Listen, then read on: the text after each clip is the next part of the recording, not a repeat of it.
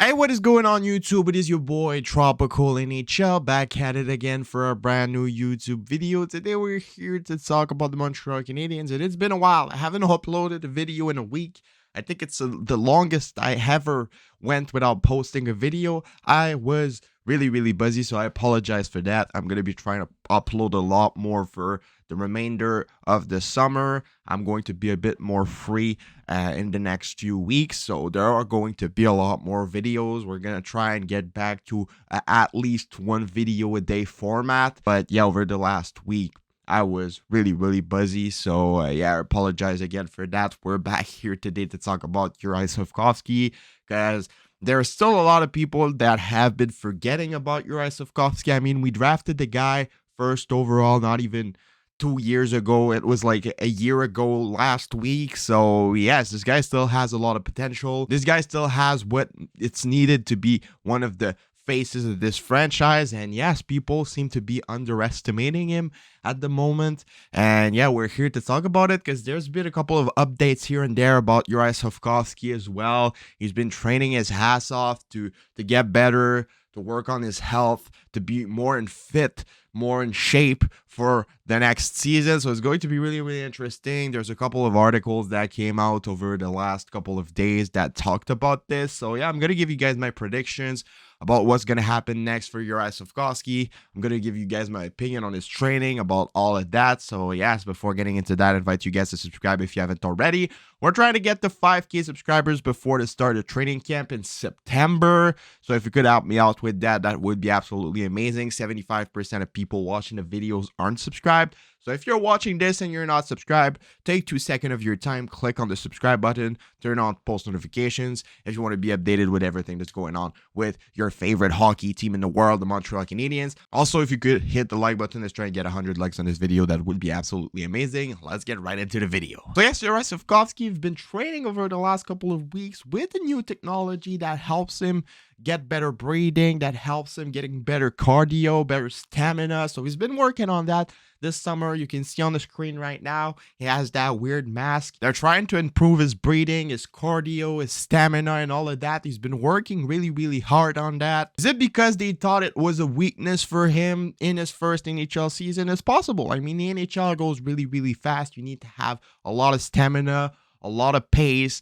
You need to have a lot of cardio, good breathing. If you're not able to breathe properly playing hockey, you won't be able to follow in the NHL. And it might have thought it was an issue in his game in his first year in the NHL. Maybe Martin St. Louis addressed him that in his review of his rookie season, and they decided to work on it. I mean, could we see a brand new version of Juraj Slafkovsky next year? I think it's possible. As yes, the magic of science could definitely help Juraj Slafkovsky unleash the full power of his body. I mean, he's 6'3", 230 pounds. He's big. He's an absolute horse. He is a machine. By his trainers, by his agent, and all of that, apparently the Slovak has already increased his lung capacity by 20% over the last couple of weeks. And they say it's an extremely significant leap for a top athlete. So this is some really good news surrounding Juraj Slafkovsky. I mean, if you really increased his lung capacity of 20% over the last couple of weeks, that is going to be a huge difference maker, I think, when he's going to come back at training camp in September. And there's also a couple more weeks left before it happens. He still has some time to work on it, and he could definitely improve his lung capacity to 3, 4, 5% over the next couple of weeks. That would also be really good. And y'all probably saw this picture as well of Juraj Slafkovsky. A couple of people made some funny memes about this. Like me, I tweeted, Yoel Armia, 78 games out of 82. People said Josh Anderson when he's on 2-on-1s. This was kind of funny. But those glasses are to help him with his stick handling. Did they thought it was a weakness? Maybe He wanted to work on his stick handling. But yes, he's been working on that too. And I can guarantee you that he's been working on his shot. He's been working on his vision. He's been working on everything. Because this guy wants to show everybody that we were wrong about him and that he has what it takes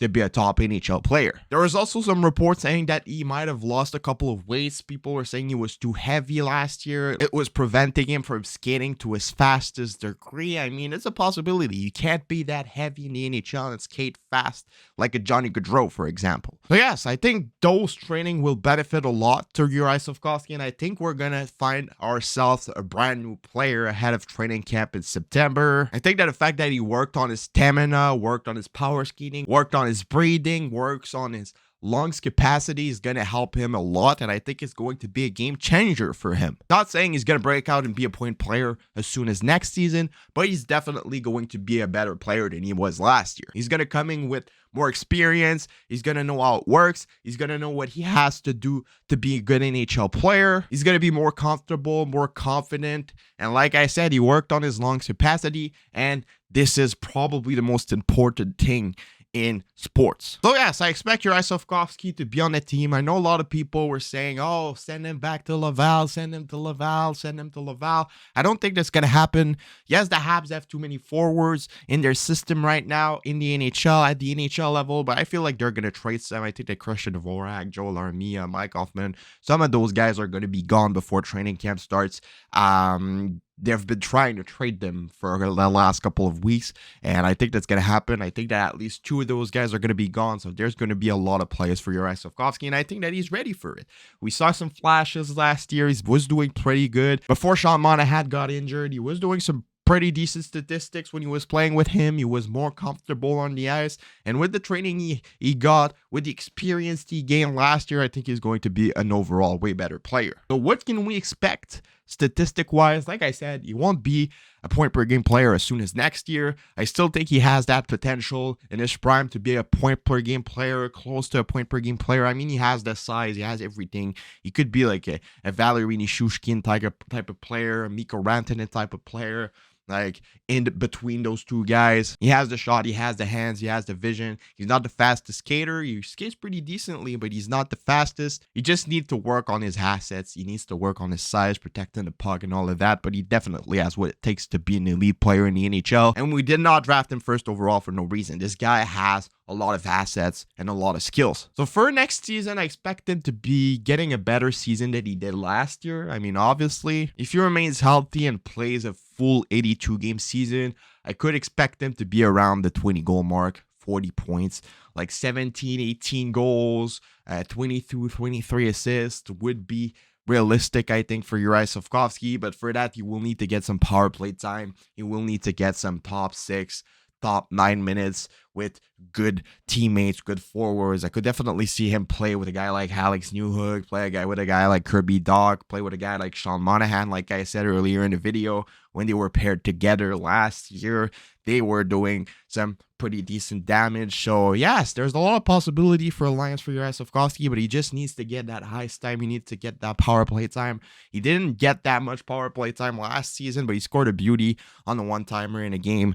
And yes, Juraj Slafkovsky has everything he has to succeed. He's going to be a great player, and I think we're going to see a significant jump in statistics as soon as this year. It's going to be a lot of fun following him, and like I said, he's been training, and the fact that he increased his lung capacity of 20% is going to be huge, because when you have more stamina, you're more comfortable on the ice, and you have better opportunities to score goals, get assists, and go get the puck in the corner. So it's going to be a difference maker, I think, for Juraj Slafkovsky next season, and I think we're in for a good one. So yeah, let me know what you guys all think about this in the comments below. It's been your boy, Tropical NHL. Subscribe, leave a like, leave a comment, do anything as you want, and I'll see y'all later for another video. Have a nice rest of your day, and bye-bye.